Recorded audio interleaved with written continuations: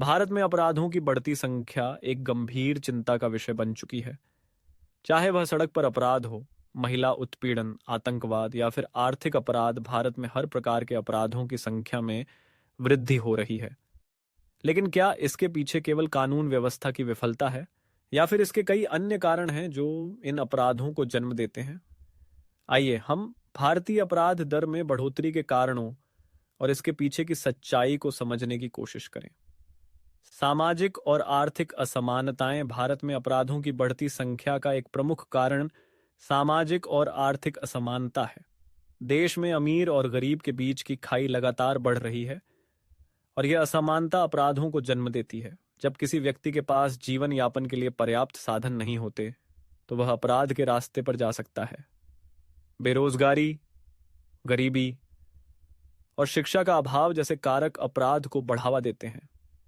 ऐसे लोग जो मूलभूत आवश्यकताओं को पूरा करने के लिए संघर्ष कर रहे होते हैं, अक्सर अपने जीवन में किसी भी प्रकार की झूठी राह पर चलने के लिए मजबूर हो जाते हैं।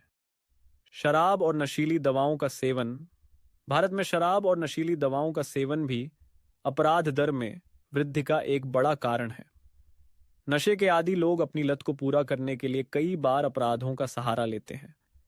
शराब और ड्रग्स का सेवन व्यक्ति के मानसिक और शारीरिक स्वास्थ्य पर गहरा असर डालता है, जिससे वे हिंसा और अपराध की ओर प्रवृत्त होते हैं। कई बार तो नशे के प्रभाव में व्यक्ति आत्मघाती कदम उठाने तक पहुंच जाता है या फिर वह अपने आसपास के लोगों को नुकसान पहुंचाता है। लावारिस और अनाथ बच्चे भारत में लावारिस और अनाथ बच्चों की संख्या लगातार बढ़ रही है। ये बच्चे जो घर और परिवार से वंचित होते हैं, कभी कभी अपराध की दुनिया में फंस जाते हैं। इन्हें सही शिक्षा और मार्गदर्शन नहीं मिल पाता और ये अपराधों में लिप्त हो जाते हैं। सड़कों पर रहने वाले इन बच्चों को गिरोह बनाने और अपराध करने के लिए प्रेरित किया जाता है। यह समस्या खासकर बड़े शहरों में अधिक देखने को मिलती है, जहां इन बच्चों को अपराध की ओर धकेला जाता है। महिला सुरक्षा और उत्पीड़न महिला उत्पीड़न और बलात्कार के मामलों में भी निरंतर वृद्धि हो रही है।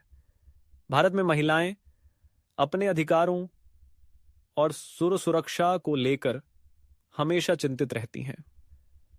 समाज में महिलाओं के प्रति हिंसा और भेदभाव की घटनाएं बढ़ती जा रही हैं, जो अपराध दर के बढ़ने का एक प्रमुख कारण है। निर्भया कांड जैसी घटनाएं इसकी भयावहता को दर्शाती हैं, जहां समाज के हर वर्ग को यह एहसास होता है कि महिला सुरक्षा को लेकर कानून और व्यवस्था में सुधार की जरूरत है। पुलिस और न्यायपालिका की विफलताएं इन अपराधों को रोकने में बहुत बड़ी बाधा साबित हो रही हैं। आतंकवाद और संगठित अपराध भारत में आतंकवाद और संगठित अपराध का भी अपराध दर में बढ़ोतरी से गहरा संबंध है। कुछ विशिष्ट क्षेत्र जैसे कश्मीर, उत्तर पूर्वी राज्य और महत्वपूर्ण शहर आतंकवादी गतिविधियों का शिकार रहे हैं। आतंकवादियों के प्रभाव में आए लोग या उनसे प्रभावित समुदाय भी अपराधों में लिप्त हो जाते हैं। माफिया गुट और गैंग्स जो अवैध व्यापारों जैसे कि ड्रग्स तस्करी और जबरन वसूली में शामिल होते हैं, वे भी अपराध दर को बढ़ाते हैं। ये समूह न केवल आम लोगों के लिए खतरा है, बल्कि पुलिस और सुरक्षा बलों के लिए भी बड़ी चुनौती पेश करते हैं। मीडिया का प्रभाव मीडिया का अपराध दर पर भी गहरा असर है।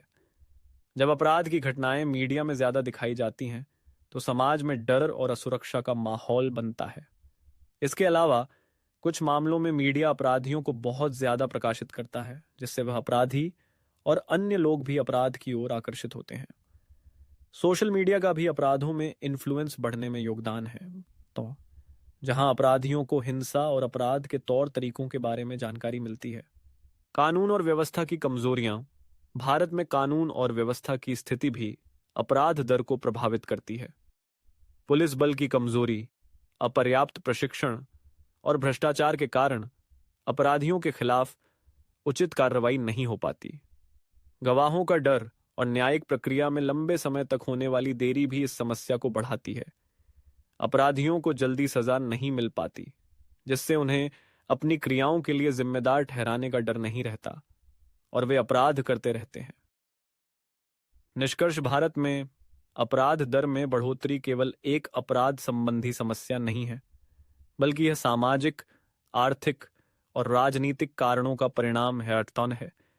इसे केवल कानून व्यवस्था की समस्या के रूप में नहीं देखा जा सकता, बल्कि इसके पीछे गहरे सामाजिक कारण हैं जिन पर काम करने की आवश्यकता है।